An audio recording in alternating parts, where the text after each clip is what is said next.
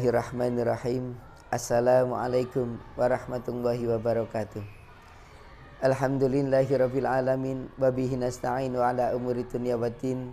Wassalatu wassalamu ala asyrafil anbiya'i wal mursalin sayyidina wa habibina wa syafi'ina Rasulillah Muhammadin sallallahu alaihi wasallam. Rabbi syrah li sadri wa yassir li amri wahlul 'uqdatam min lisani yafqahu qawli. Shadaqallahul azim, amma ba'du.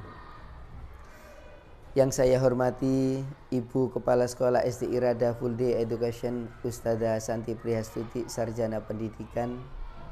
Dan yang saya hormati segenap teman-teman Ustadz Ustadzah dan juga karyawan. Dan yang saya hormati segenap wali murid dan hadirin sekalian, dan anak-anakku yang senantiasa kami banggakan.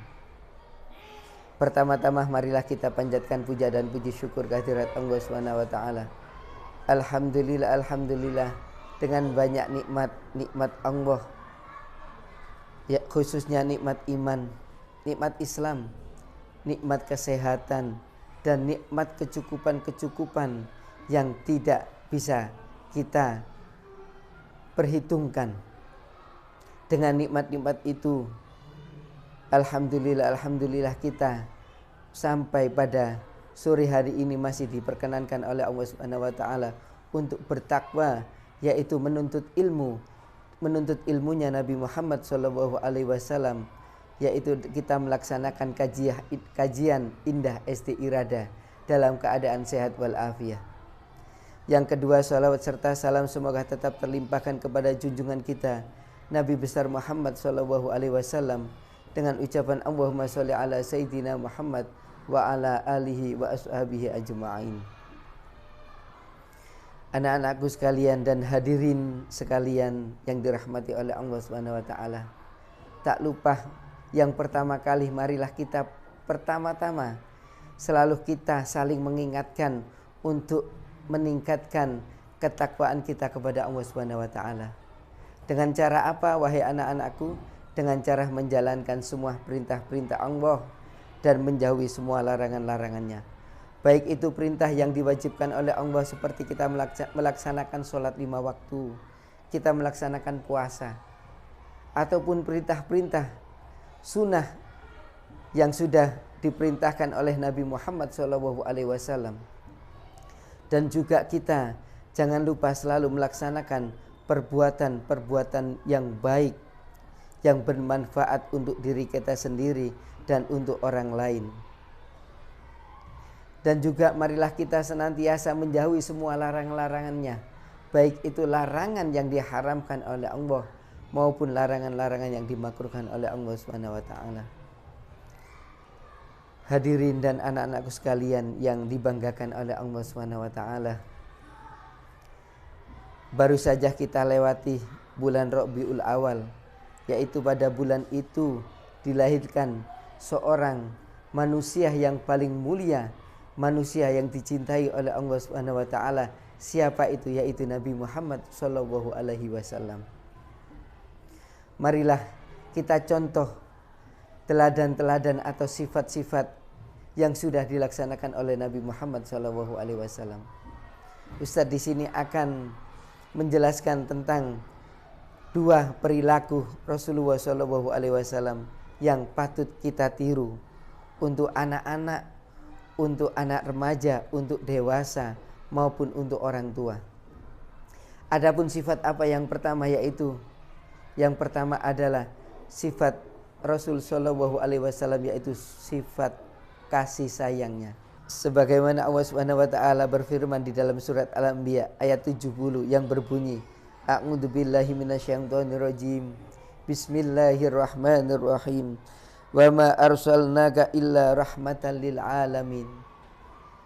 Yang artinya, dan tiadalah kami mengutus kamu wahai Muhammad sallallahu alaihi wasallam melainkan untuk menjadi rahmat bagi semesta alam ini. Di sini menunjukkan salah satu sifat Nabi adalah kasih sayangnya, bukan saja kepada manusia, tapi rahmat seluruh alam. Seperti dikisahkan oleh Nabi Muhammad SAW, beliau pada saat kaum muslimin mendapatkan tekanan dari kaum kafir Mekah. Kemudian Rasul Shallallahu Alaihi Wasallam hendak berdakwah ke Taif. Sampai di sana apa yang terjadi? Justru Rasul Shallallahu Alaihi Wasallam, walaupun beliau orang yang dicintai oleh Allah, tapi Rasul di sana diuji, yaitu sampai beliau di sana dilempari batu sama penduduk Taif, sampai beliau penuh dengan lumuran darah. Kemudian dengan kejadian itu, malaikat penjaga gunung melihat beliau sampai tidak tega. Lihat kekasih Allah dilempari dengan batu. Kemudian malaikat mengatakan, wahai Muhammad, wahai Rasulullah, andaikan gunung itu aku angkat dan aku benturkan ke gunung satunya, maka seluruh penduduk Taif akan mati semuanya. Kemudian apa yang dikatakan oleh Rasulullah? Jangan, mereka tidak tahu, andaikan sekarang orang-orang tuanya tidak beriman, semoga besok anak cucunya termasuk orang-orang yang menyembah kepada Allah Subhanahu wa taala. Begitu kasih sayangnya Nabi, bukan untuk orang Islam, bahkan untuk orang-orang yang belum beriman.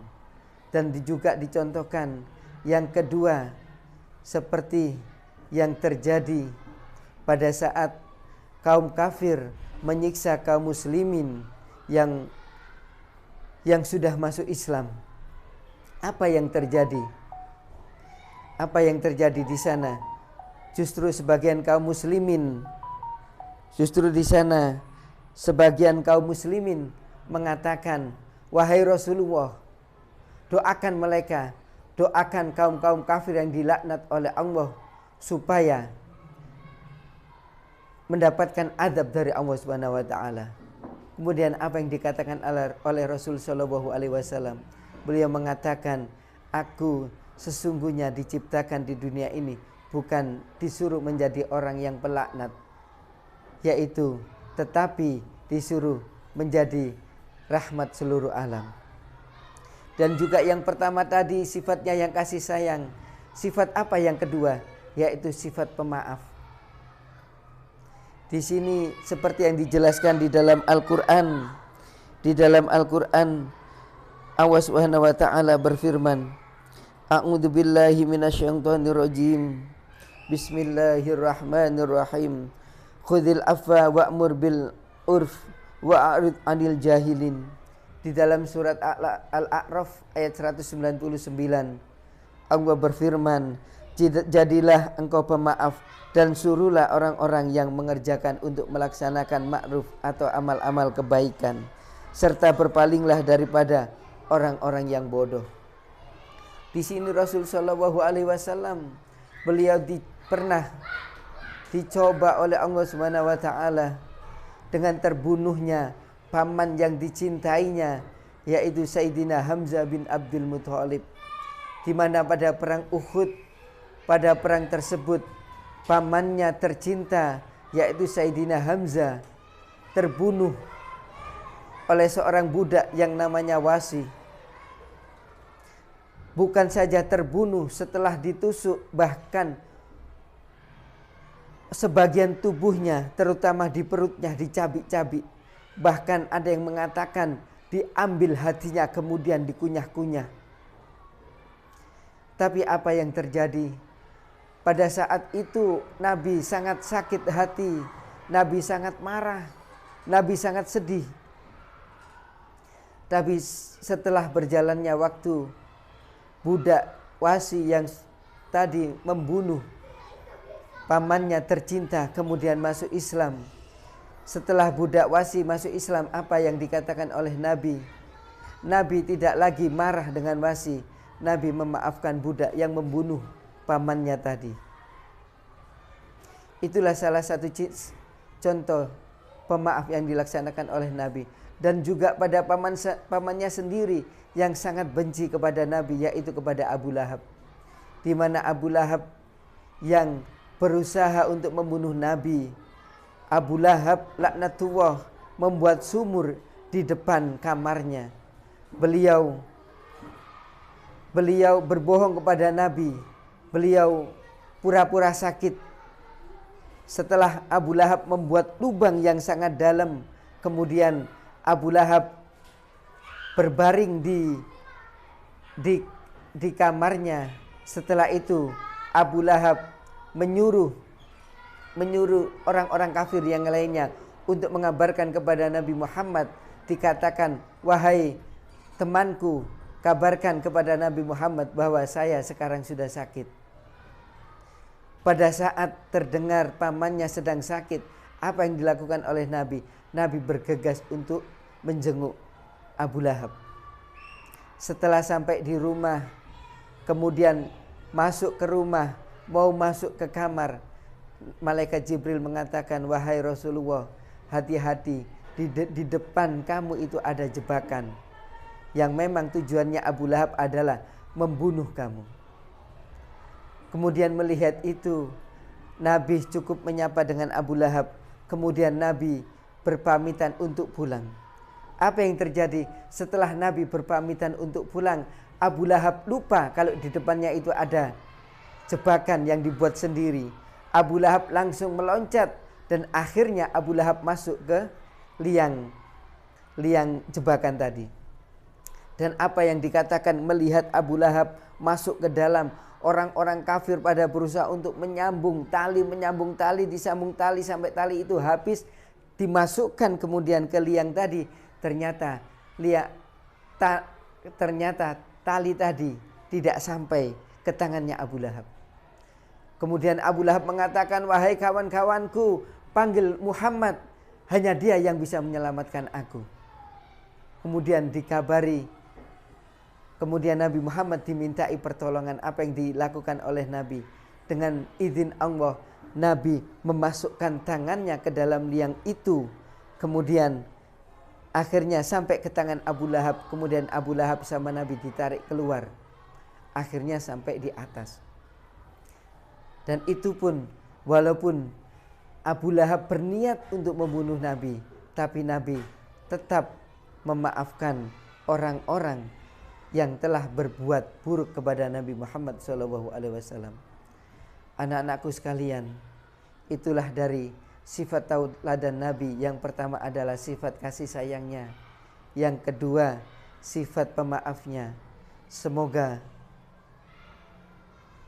kita bisa meniru apa yang sudah dicontohkan oleh Nabi kita, Nabi Muhammad SAW, dengan kita meniru perbuatan-perbuatan beliau, sehingga kita besok di akhirat termasuk menjadi umat-umat yang diakui oleh Nabi Muhammad SAW dan berhak mendapatkan syafaat dari Nabi Muhammad SAW, dan kita semoga dikumpulkan dengan beliau di surganya nanti. Amin amin ya rabbal alamin. Sedikit yang dapat kami sampaikan, kurang lebihnya kami mohon maaf yang sebesar-besarnya. Akhirul kalam, Assalamualaikum warahmatullahi wabarakatuh.